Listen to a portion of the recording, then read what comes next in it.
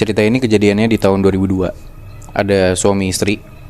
Ini keluarganya Pak Bowo sama istrinya. Mereka itu tinggal di salah satu desa di Sukabumi, Jawa Barat. Dan mereka tuh punya 3 orang anak, Muy. Nah, cowok, cewek, cowok. Jadi yang paling gede itu cowok, dia udah SMA. Sampai yang paling kecil tuh SD. Nah, Pak Bowo ini kayaknya kerja serabutan tapi cukup pekerja keras lah. Karena ya dia punya 3 anak gitu kan. Nah, suatu hari ada seorang juragan, Muy.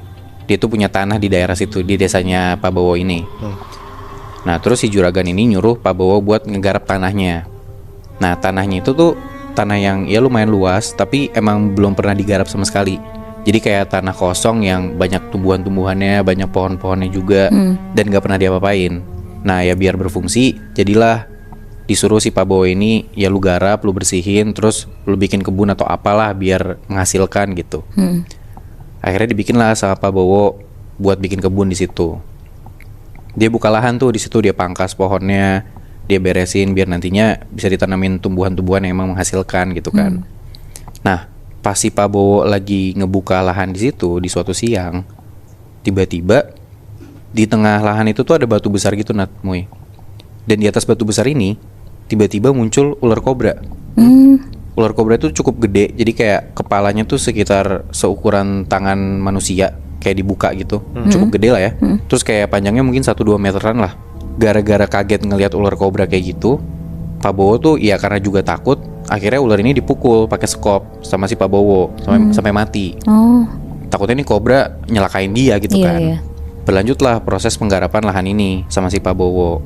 Ternyata besokannya pas lagi ngegarap si lahan itu buat dibersihin, ada di salah satu pohon, Pak Bowo tuh ngelihat ada sarang ular di situ. Jadi di bawah satu pohon gitu ada sarang ular kobra dan ada beberapa telur di situ.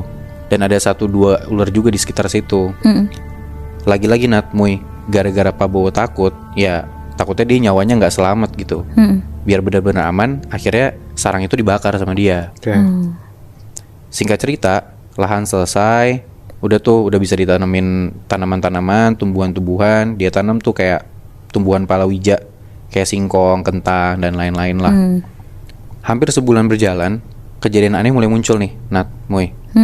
Setelah sebulanan itu, anaknya Pak Bowo yang paling kecil, yang SD, itu tiba-tiba kena kusta. Padahal anaknya nih gak main macem-macem, gak kemana-mana, kayak ya udah cuman main ke sekolah sama ke rumah doang. Yang tipe anak bersih gitu ya. Dan emang rumah Pak Bowo juga bersih banget, Dan yang anehnya lagi, munculnya ini di bagian paha betis bagian dalam gitu. Jadi kayak kalau misalkan kena kotoran kan harusnya di bagian luar ya. Ini bagian dalam gitu loh. Jadi aneh banget. Dan makin berhari-hari kayak anehnya nih, si anak itu kayak ular ganti kulit gitu loh. Jadi kayak kulitnya ngelupas gitu. Nah, karena rumah sakit jauh, cobalah anaknya ini disembuhin pakai ramuan tradisional, kayak dikasih jamu-jamu atau kayak campuran-campuran bahan herbal gitu. Selang 2-3 hari, ternyata anaknya yang SD ini gak sembuh. Justru anaknya yang kedua itu ikutan kena. Jadi kayak nular gitu. Nular. Ikut diobatin tuh anaknya yang kedua yang cewek pakai cara tradisional tadi sama. Nah, selang 3 hari ternyata makin parah, anaknya yang gede juga ikutan kena. Yang SMA. Jadi 3-tiganya anaknya Pak Bowo nih kena penyakit kulit itu, Muy.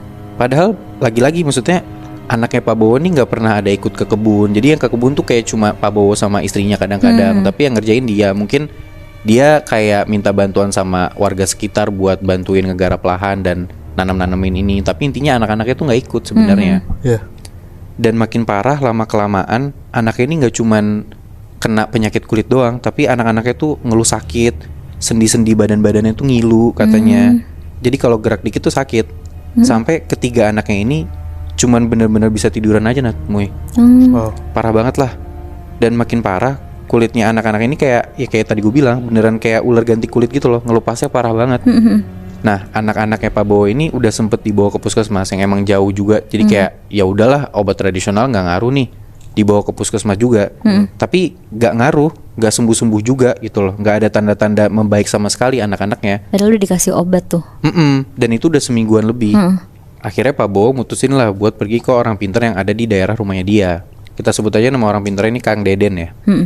Pak Bowo datang ke rumahnya Kang Deden, dia minta pertolongan, dan akhirnya datanglah si Kang Deden ini ke rumahnya Pak Bowo. Dia meriksa si anak ini kenapa, dia cek rumahnya, dia cek juga keadaan anak-anaknya Pak Bowo.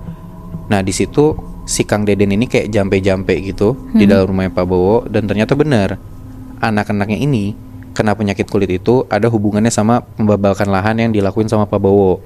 Kok bisa? Nah ternyata sarang ular yang dibakar sama si Pak Bowo ini itu tuh tempatnya siluman ular, Muy. Nah, Wow. Berarti yang dilihat sama Pak Bowo itu siluman. bener. Anjir. Nah ternyata kayak si sarang itu kayak semacam rumah atau istananya si siluman ular ini, dan telur-telur itu ya anaknya si siluman ini gitu loh. Dan menurut keterangan si Kang Deden, ular yang pertama dilihat sama Pak Bowo yang di atas batu itu adalah penunggu di sana, kayak rajanya lah ibaratnya. Yang dia bunuh, Bi. Iya, yang si siluman ini. Wow. Nah Kang Deden juga bilang sekarang anak-anaknya itu sukmanya, jiwanya itu lagi disembunyiin sama si siluman ini. Anjir. Makanya anak-anaknya mungkin gak bisa gerak ya. Kang Deden bilang kalau anak-anaknya mau disembuhin, Pak Bowo harus bayar pakai sesajen. Jadi Pak Bowo ini harus nyiapin sesajen khusus. Ada 3 ekor kambing, dan kambingnya ini harus kambing kendit. Apa tuh, Bi? Jadi kambing kendit tuh kambing yang seluruh badannya hitam, tapi di bagian perut sampai punggungnya tuh selingkeran tuh warna putih. Oh, jadi putihnya tuh ngelingker badannya dia tuh di bagian perutnya. Iya, kalau lo googling pasti langsung ketemu sih kambing kendit tuh kayak gimana. Oke. Nah, proses nyaji ini gimana? Jadi Kang Deden bilang kalau Pak Bowo tuh cari dulu kambingnya 3 ekor. Nanti kalau udah ada dibawa ke tempat saya, ke tempat Kang Deden. Dipakai tuh semua tabungannya si Pak Bowo ini. Yang penting anaknya sembuh dulu lah. Ya. Istrinya Pak Bowo pun bilang, ya udah nurutin aja karena makin kesini anak-anaknya makin parah gitu kan. Anak-anaknya ya cuma bisa ngerayap, bener-bener seakan-akan jadi kayak ular gitu loh. Serem banget. Anaknya bisa gerak tapi kayak cuman ngerayap gitu. Iya. Kasian banget kan, gak bisa berdiri sama sekali. Udah tuh dilakuin lah sama si Pak Bowo ini. Dia beli kambingnya, dapet tuh 3 ekor kambing gendit. Karena mahal juga setahu gue kambing gendit ini. Dibawa tuh ke tempatnya Kang Deden. Udah nih, saya harus gimana, kata Pak Bowo. Nah jadi prosesnya tuh lumayan effort sih. Dan sorry ini agak disturbing ya si ritualnya. Jadi 3 ekor kambing gendit ini harus dibawa sama Pak Bowo ke sarang ular, tempat dia ngebakar si sarang ular ini, ke lahannya dia. Terus kambingnya ditaruh di sana, diikat biar nggak lari, sambil Pak Bowo itu kayak berdoa-doa, kayak ya aji-ajian dan ngelakuin mantra-mantra yang udah dikasih sama si Kang Deden lah. Pak Bowo ini harus sendiri tadi. Sendiri dia ngelakuinnya. Udah tuh dia harus ngelakuin itu sampai tengah malam. Dari kayak sekitar abis Isya dia ke tempat lahannya, terus dia doa-doa mantra-mantra di situ sampai tengah malam. Setelah tengah malam, Pak Bowo bawa pulang tuh kambingnya, kambing 3 ekor itu ke rumahnya. Dan dia harus sembelih si kambing itu 3-3-nya di dalam rumahnya. Nah terus darah pertama yang ngalir dari kambing yang disembelih sama Pak Bowo itu harus ditampung, disimpan. Terus darah yang lain yang sisanya itu dibalurin ke seluruh badan anak-anaknya kecuali bagian kepala. Aduh. Jadi si anak-anaknya ini ya dibalurin darah kambing dari leher sampai ke bawah. Udah tuh, abis itu jantung kambingnya ini 3-3-nya itu harus ditanam di sarang ular yang dibakar. Dan itu harus didiemin sampai subuh. Jadi anak-anak ini pun sampai subuh nggak boleh mandi, nggak boleh bilas. Berlumuran darah gitu. Berlumuran darah kambing bahkan. Amis banget kan. Dan setelah udah lewat subuh, baru tuh anak-anaknya boleh dimandiin. Dan dimandiinnya pun harus pakai air kembang. Itu bener-bener dilakuin sama Pak Bowo, dibantu sama istrinya berdua doang buat mandiin anak-anaknya ini. Nah anehnya Nat, Muy, kulit-kulit keras si anak-anaknya ini langsung pada rontok, bener-bener rontok, lepas semua. Dan anak-anaknya di pagi hari udah langsung bisa beraktivitas, bisa jalan kayak orang normal biasa. Gokil banget kan? Udah tenang banget tuh Pak Bowo di situ, bener-bener kayak ya dia seneng lah dan tenang banget karena anak-anaknya udah beneran pada sembuh gitu kan. Tapi ternyata nggak sampai situ Nat, Muy, belum selesai masalahnya. Ternyata keadaan anak-anak yang normal ini cuma bertahan 35 hari. Ya. Jadi sesajen dan ritualnya itu yang kemarin dijalanin sama si Pak Bowo, itu tuh dijalanin di Selasa Kliwon. Nah, Selasa Kliwon berikutnya itu muncul 35 hari setelahnya. Dalam kalender Jawa. Dan ternyata di 35 hari setelahnya, di Selasa malam Kliwon itu, di malam itu tuh keadaannya Pak Bowo nggak mikir apa-apa, kayak ya udah tenang aja gitu kan. Dia lagi duduk-duduk tuh malam-malam di depan rumahnya dia sambil dengerin radio jam 8-an abis Isya. Sendirian tuh, anak-anak udah pada tidur, istrinya juga di dalam. Tiba-tiba di malam kayak gitu, dari radionya Pak Bowo tuh kayak kedenger kresek-kresek gitu. Terus nggak lama Pak Bowo ini nyium bau kambing nyengat banget. Aduh. Padahal jarak antar rumah tetangga tuh jauh banget. Ya mungkin dia mikir ini mungkin tetangga gua gitu punya kambing, tapi ya jauh banget. Sebenarnya kayak jaraknya 50 meteran lebih lah antara rumah dia sama tetangganya. Jadi kayak aneh banget. Tiba-tiba jam 8 malam ada bau kambing nih nyengat banget gitu kan. Dan walaupun dia ngira tetangganya ada yang punya kambing, tiba-tiba nggak mungkin malam. Dan setahu dia pun dari kemarin-kemarin nggak ada yang punya kambing, tetangganya dia gitu. Dan entah kenapa Pak Bowo tuh di situ merinding banget. Karena tiba-tiba dia keinget lah sebulan lalu waktu dia ngurusin sesajen buat anak-anaknya itu ya dia kayak keinget aja tiba-tiba. Wah, gue bulan lalu abis ngurusin si kambing ini gitu, kayak kebayang serem-seremnya dan panik-paniknya dan takut-takutnya dia gitu loh. Masuklah Pak Bowo ke dalam rumah. Dia masuk ke dalam kamarnya, dia tanya ke istrinya, "Bu, nyium bau kambing gak?" Ternyata istrinya nyium juga. Nah, gak lama dari obrolan mereka itu kedengeran kayak ada suara kayak kresek-kresek gitu. Kayak suara daun kena sesuatu. Kebayang gak sih lu? Oke. Tapi dari dalam rumah mereka suaranya. Panik dong Pak Bowo sama istrinya, takut maling atau orang jahat gitu kan.